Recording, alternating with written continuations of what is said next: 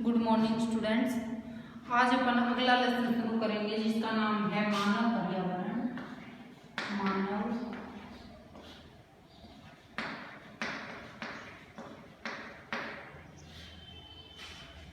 पर्यावरण अन्योन्य क्रिया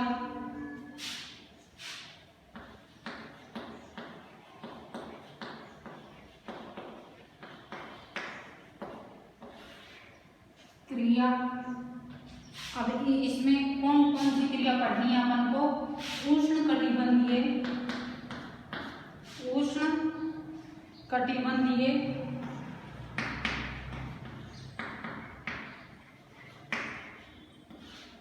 एवं उपोष्ण प्रदेश।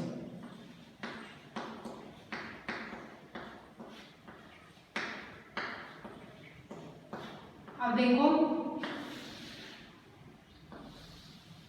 ये पढ़ना है अपन को मानव पर्यावरण अन्योन्य क्रिया कि मानव की जो क्रियाएं हैं या मानव कहाँ कहाँ पे अधिक रहता है, कहाँ पे कम, उसमें उष्ण कटिबंधीय क्षेत्र के और उपोष्ण प्रदेशों के वर्णन पढ़ना है अपन को कि वहाँ पर किस प्रकार के संसाधन हैं, किस प्रकार का वहाँ पर जीवन यापन करते हैं, किस प्रकार मनुष्य रहता है, कौन कौन से औद्योगिक उद्योग विकसित हैं, कौन कौन से क्रियाकलाप करता है, वो इस चीज का अपन अध्ययन इस लेसन में करेंगे।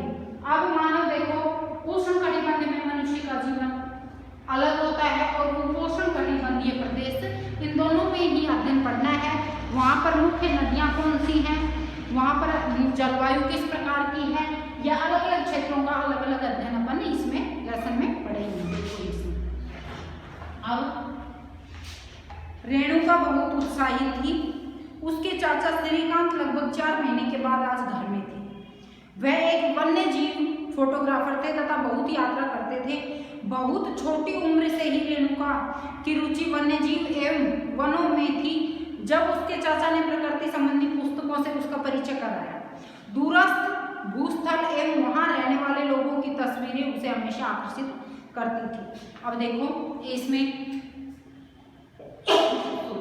यह वार्तालाप बताया गया है कि रेणुका और उसके चाचा का। अब रेणुका जो एक लड़की है या स्टूडेंट है, उसका इंटरेस्ट क्या था? प्रकृति की वन्य प्राणियों में। वन्य प्राणी मतलब होता है जंगली जीव जंतुओं में। तो उसके चाचा थे वो वन्य जीव फोटोग्राफर थे, वो जंगली जानवरों की फोटो खींचते थे, वो फोटोग्राफर थे। तो उन फोटोओं के लिए अलग अलग फोटोग्राफी के लिए वो एक स्थान से दूसरे स्थान पे जाते आते रहते थे। तो उसका भी इंटरेस्ट इसमें बहुत था, तो वो इन चीजों में बहुत रुचि लेती थी। अब देखो अब कहीं पे ये वन्य जीव हैं, ये भी अलग अलग क्षेत्रों में उष्ण कटिबंध में अलग पाए जाते हैं, जैसे अपने पिछले लेसनों में अध्ययन किया भी है। उपोष्ण कटिबंधीय क्षेत्रों में अलग, शीत क्षेत्रों में अलग पाए जाते हैं। और देखो रेणुका इन तस्वीरों में तुम विश्व के विभिन्न भागों के लोगों को देख सकती हो। इनमें कुछ शुष्क रेगिस्तान से हैं। देखो अब ये कौन कौन से भाग हैं? शुष्क रेगिस्तान,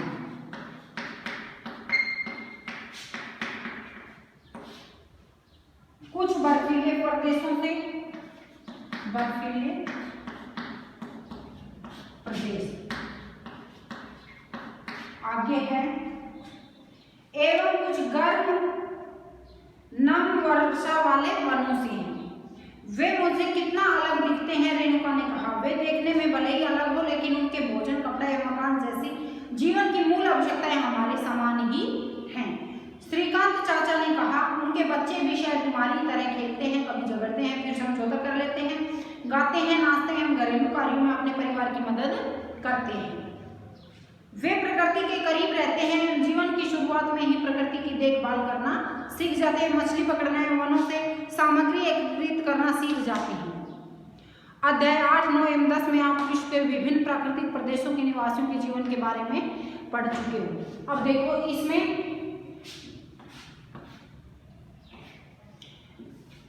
ये बताया गया है, इस वृत्तांत के अनुसार अपन ने ये सीखा कि चाहे वो वन्य जीव हो, चाहे वो शुष्क रेगिस्तान में रहते हो, चाहे बर्फीले प्रदेश में रहते हैं या वर्षा वाले क्षेत्रों में रहते हो, वाले क्षेत्र में। तो यहाँ पे प्राकृतिक वनस्पति अलग अलग पाई जाती है, लेकिन वहाँ पे जीव जंतु भी अलग अलग पाए जाते हैं, लेकिन उनकी जो दैनिक क्रिया है वो एक जैसी ही होती है लगभग। अब इसमें इन्होंने बताया, एक रेणुका है, एक उसके चाचा है श्रीकांत, तो उन्होंने बताया कि चाहे वो रेगिस्तान में रहते हों कोई भी लोग, चाहे वो बर्फीले प्रदेश में रहते हों, लेकिन उनके भी बच्चे होते हैं, उनका भी जीवन अपनी तरह जैसे घरेलू कार्य करने में, बच्चों का झगड़ा होने में, बच्चे खेलते भी हैं, झगड़ा भी करते हैं, फिर समझौता कर लेते हैं, इसी प्रकार का जीवन उनका होता है। तो यह चीज अलग अलग प्रदेशों में यह अपन पिछले अध्याय में पढ़ भी चुके हैं। कहीं पे जैसे वर्षा वाले वन पाए जाते हैं, कहीं पे मैदानी क्षेत्र पाया जाता है, कहीं पे ये शुष्क वन पाए जाते हैं, तो उनमें विभिन्न प्रकार के वन्य जीव भी अलग अलग पाए जाते हैं। ये भी पढ़ा था अपन ने पीछे। तो वन्य जीव देखो, अन्योन्य क्रिया, मानव पर्यावरण की अन्योन्य क्रिया का मतलब है कि वहां पर मनुष्य क्या क्या क्रियाकलाप करता है। अब चाहे वो रेगिस्तान में रहेगा तो भी उसका जीवन, रेगिस्तान में थोड़ा हार्ड होता है कि वहां पे पानी की सुविधा नहीं होती, तो दूर दूर से पानी लाना पड़ता है उसको, जबकि बर्फीले क्षेत्रों में उसका जीवन इस प्रकार का होता है कि वो बर्फ से बचने के लिए किसी ऐसी जगह का, जैसे गुफाओं में रहते हैं अधिकतर लोग, या इस प्रकार के मकान बनाते हैं कि जैसे ये जो होते हैं ना वनों से, या जो वो इस प्रकार के, या जो जंगली जानवर पाए जाते हैं उनकी खाल से इस प्रकार के मकान और वस्त्र बनाते हैं, जिससे कि वो ज्यादा गर्म अपने आप को महसूस कर सके। और वर्षा वाले क्षेत्रों में भी लोग अलग प्रकार से रहते हैं, लेकिन उनका लगभग जीवन एक समान है। वहां भी रोटी, कपड़ा और मकान सभी को आवश्यकता रहती है, चाहे वो किसी भी क्षेत्र में रहें, उनकी मूलभूत आवश्यकताएं यही होती हैं। उनका भी जीवन यही होता है कि वो अपने दिनचर्या के काम करते हैं और फिर अपने बच्चों का लालन पालन वो करते हैं। वन्य जीवों से उनका संपर्क रहता है। अब देखो इसमें, इस लेसन में आपके अमेजन बेसिन में जीवन, अमेजन नदी है। अब देखो इसमें एक तो शुष्क रेगिस्तान, एक बात और समझ लो आप कि रेगिस्तान होते हैं उनका जीवन थोड़ा सा अलग होता है, दिनचर्या अलग होती है, जो कि बर्फीले प्रदेशों में रहने वाले लोगों की दिनचर्या या मैदानी क्षेत्रों में नदियों के किनारे जो रहते हैं उनकी अलग होती है। किस प्रकार से, जैसे अब रेगिस्तान में देखो जीवन इतना अधिक तापमान रहता है वहाँ का, वहाँ की जलवायु इस प्रकार की रहती है कि वहाँ पर ज्यादा हरा भरा नहीं रहता, तो वहाँ पर लोगों को हर चीज में संघर्ष करना पड़ता है, तो उनका जीवन हार्ड होता है। ठीक है, इसी प्रकार बर्फीले प्रदेशों में भी उनका जीवन, इतनी बर्फ में ठंड में रहना और अपने दिनचर्या के काम करना वो हार्ड होता है। तो ये अलग अलग क्षेत्रों में अब अपन पढ़ेंगे अमेजन बेसिन में जीवन। अमेजन बेसिन क्या होता है? बेसिन होता है जहां पर नदी बहती है। अब अमेजन बेसिन, अमेजन बेसिन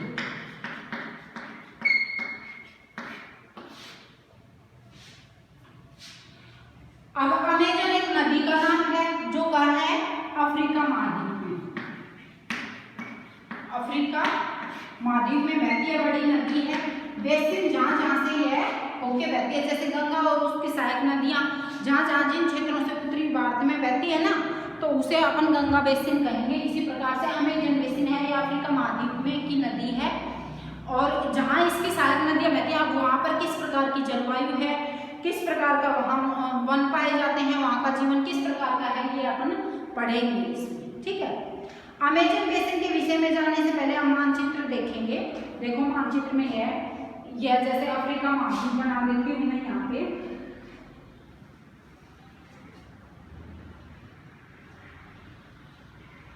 ये इस प्रकार से है। तो यह नदी लगभग इस क्षेत्र में बहती है, ठीक है ना, यह अमेजन नदी। अब इसके बाद में देखो, ध्यान दें कि उष्णकटिबंधीय प्रदेश कर्क रेखा और मकर रेखा के मध्य स्थित है। अब अपन पढ़ रहे हैं उष्णकटिबंधीय क्षेत्र की, दो का उष्णकटिबंध क्षेत्र कहाँ है? अब देखो ये 3 कटिबंध बताए थे ना, मैंने पहले भी तुम्हें बता चुकी हूँ, एक बार फिर बता देती हूँ ध्यान आने के लिए कि आपके ध्यान रह जाएगा। पृथ्वी को मुख्य 3 कटिबंधों में बांटा गया है, 0 डिग्री भूमध्य रेखा,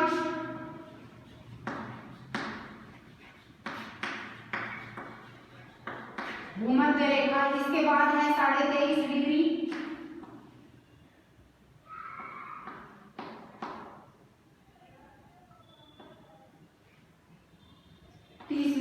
ये है मकर रेखा और इधर है ये कर्क रेखा।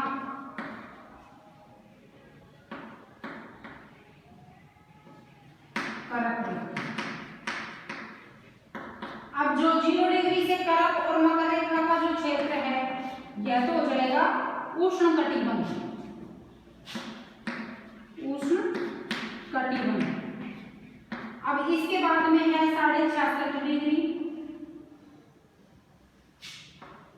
30 मिनट और यहाँ 90 डिग्री, ठीक है। इसमें भी 66.5 डिग्री, ये साउथ हो जाएगा और यह नॉर्थ, ठीक है। और ये 90 डिग्री नॉर्थ, यह साउथ। अब देखो ये तो हो गया उष्ण कटिबंध। अब जो 23.5 डिग्री से और 66.5 डिग्री उत्तरी गोलार्ध में भी और दक्षिणी गोलार्ध में भी, ये जो भाग है उसे क्या कहेंगे अपन, उपोष्ण या शीतोष्ण कटिबंध, शीतोष्ण कटिबंध, ठीक है। और जो ये भाग बच गया है 66.5 डिग्री से 90 डिग्री तक, इसे शीत कटिबंध, ये भी शीत कटिबंध, दोनों गोलार्ध में पाए जाते हैं ऐसे। तो ये 3 कटिबंध मैंने बताए थे, तापमान के आधार पे, सूर्य की किरणों के आधार पे 3 कटिबंधों में बांट रखा है। 0 डिग्री से 23.5 डिग्री उत्तरी और दक्षिणी गोलार्ध के क्षेत्र को उष्ण कटिबंध कहते हैं। ये मैंने पहले वर्णन भी पढ़ाया था आपको कि जहाँ पर सीधी किरणें सारा साल पड़ती हैं सूर्य की, वहां तापमान अधिक रहता है, इसलिए उसको उष्ण कटिबंध कहते हैं। अब यह अमेजन बेसिन है, देखो अमेजन बेसिन कहाँ पड़ता है, इसका क्षेत्र इसमें उष्ण कटिबंध में पड़ता है, ठीक है ना। अफ्रीका महाद्वीप में उष्ण कटिबंध में पड़ता है ये अमेजन बेसिन। उष्ण कटिबंधीय प्रदेश कर्क रेखा और मकर रेखा के मध्य स्थित है। भूमध्य रेखा के 10 डिग्री उत्तर से 10 डिग्री दक्षिण के मध्य के भाग को भूमध्य रेखीय प्रदेश कहते हैं। अमेजन नदी इसी प्रदेश से होकर बहती है। ध्यान दें कि यह पश्चिम में पर्वतों से निकलकर पूर्व में अंध महासागर में कैसे पहुंचती है। पूर्व में जो अंध महासागर है, अब देखो अफ्रीका जो महाद्वीप है इसके पश्चिम में तो प्रशांत महासागर है और अंटार्कटिका महासागर, ये देखो ये दिखा रखे इसमें, ठीक है ना। नीचे ये और ऊपर इधर है। तो इसमें देखो ध्यान देखिए पश्चिम में पर्वतों से निकलकर, ये तो पढ़ लिया, जिस स्थान पर कोई नदी किसी जल राशि में मिलती है उसे नदी का मुहाना कहते हैं। अब जहां जो जल राशि का मतलब है कोई नदी, अब मैं ये एक बार मिटा देती हूँ, कोई नदी किसी भी सागर, महासागर या झील इनमें गिरती है तो उसे मुहाना, जब वो ये स्थलीय क्षेत्र से वो उस नदी जलीय क्षेत्र में मिलती है, कोई सागर में महासागर में मिलती है तो उससे वो उसका क्या कहते हैं, मुहाना। अब इसके आगे अमेजन नदी में बहुत सारी सहायक नदियां मिलकर अमेजन बेसिन का निर्माण करती हैं। अब अमेजन जो नदी है उसके जो सहायक नदियां हैं, जैसे ये समझ लो अमेजन नदी है और इसकी अनेक सहायक नदियां इस प्रकार से इसमें मिलती हैं अलग अलग क्षेत्रों से आपको, ठीक है। तो जितना भी ये क्षेत्र सहायक नदियां और ये नदी जो कवर करती है, जिस क्षेत्र में ये नदी और इसकी सहायक नदियां बहती हैं उसे क्या कहेंगे, उसका बेसिन। क्या कहेंगे उसे, बेसिन। नदी ये तो मुख्य नदी होगी, ये मुख्य नदी का क्या नाम है यहाँ, अमेजन, और ये इसकी सहायक नदियां हैं। तो जिन क्षेत्रों तक इसकी सहायक नदियां जाती हैं उसे उसका बेसिन कहते हैं। ये दो चीजें हैं, एक मुहाना और एक बेसिन। यह नदी बेसिन ब्राजील के भागों, पेरू के कुछ बोलीविया, इक्वाडोर, कोलंबिया तथा वेनेजुएला के छोटे भाग से अपवाहित होती है। अपवाहित का मतलब होता है बहना। ये इन देशों के नाम बता रखे हैं, किन किन देशों से यह नदी होकर बहती है, ये आपको याद रखने हैं। क्या आप इस बेसिन में स्थित उन देशों के नाम बता सकते हैं जिसे भूमध्य रेखा गुजरती है? ठीक है, अब देखो इस प्रदेश में किस प्रकार के अमेजन बेसिन आ गया होगा आपके समझ में।